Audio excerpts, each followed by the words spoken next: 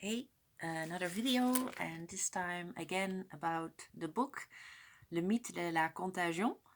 And because I'm making all my notes in French, I thought I'll make first the video in French. I'm also doing a fast, so that allows me to read, a lot of quiet time and peace, a little bit away from social media. Although I have been watching some shorts on YouTube about the series that was published in 2013, Vikings.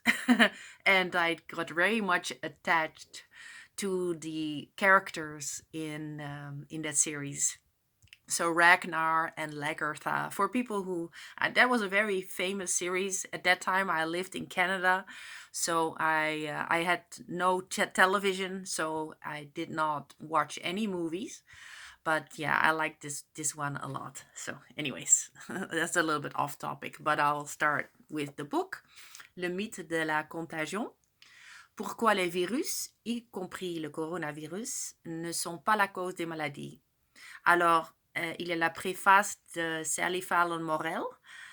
Elle avait dit qu'avec la découverte des bactéries en 1670, grâce à l'invention du microscope, les médecins pensaient avoir trouvé la cause des maladies. Et 200 ans plus tard, Louis Pasteur est arrivé avec sa théorie des germes et c'était devenu l'explication de la plupart des maladies.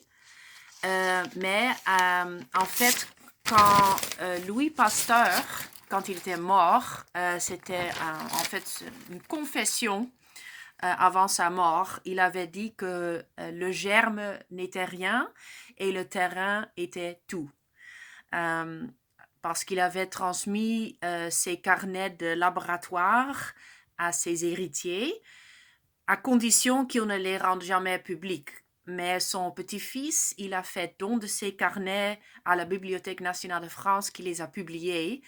Et une analyse de ces carnets a révélé que Pasteur a commis une fraude massive dans toutes ses études et il était toujours incapable de transmettre qu'une maladie était transmissible avec une culture de bactéries.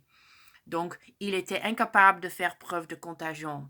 Mais donc, le mal avait déjà été fait, puisque là, on avait déjà basé la pasteuration du lait, par exemple, qui détruit les bienfaits du lait, en fait.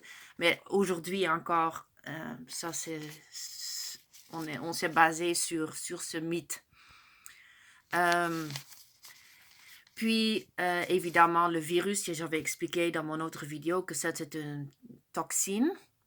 Mais on voit que les conséquences, quand on comprend mal un postulat selon lequel, par exemple, les virus provoquent des maladies, sont assez graves, hein, les conséquences. On les a vécues pendant Corona, telles que les vaccinations de force, micropuces, distanciation sociale réglementée, confinement, masque obligatoire et négation de notre liberté de réunion et de pratiquer notre religion.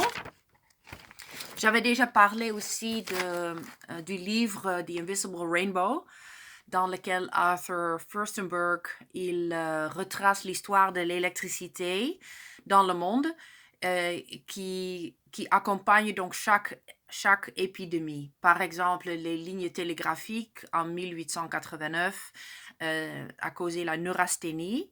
Les antennes en 1918, c'était la grippe espagnole, le radar en 1957, grippe asiatique, et les satellites en 1968, grippe de Hong Kong. Alors,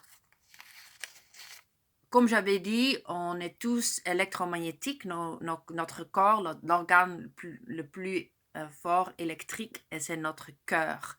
Et depuis des milliers d'années, l'humanité est en harmonie avec des résonances Schumann de la Terre. C'est donc un champ électrique de 130 volts par mètre. Et la médecine traditionnelle, par exemple l'acupuncture, reconnaît qu'il y a un courant électrique qui passe dans nos veines. Mais la médecine traditionnelle, donc avec les médicaments, dit qu'on est une soupe chimique et que avec des pilules, on peut guérir des gens. En fait, si je voulais comme pas faire une très longue vidéo, mais on parlait de qu'est-ce qui nous fait vibrer au maximum, qu'est-ce qui fait que notre fréquence est la plus bénéfique pour nous. Et ça, c'est l'amour. Donc, avec la fréquence de l'amour, les étreintes des amoureux libèrent une électricité, donc un échange d'énergie très, très positive qui peut aussi aider à guérir. Alors, je trouvais ça tellement beau, je me suis dit, il faut que je fasse tout de suite une vidéo là-dessus. Ok, à la prochaine. Bye.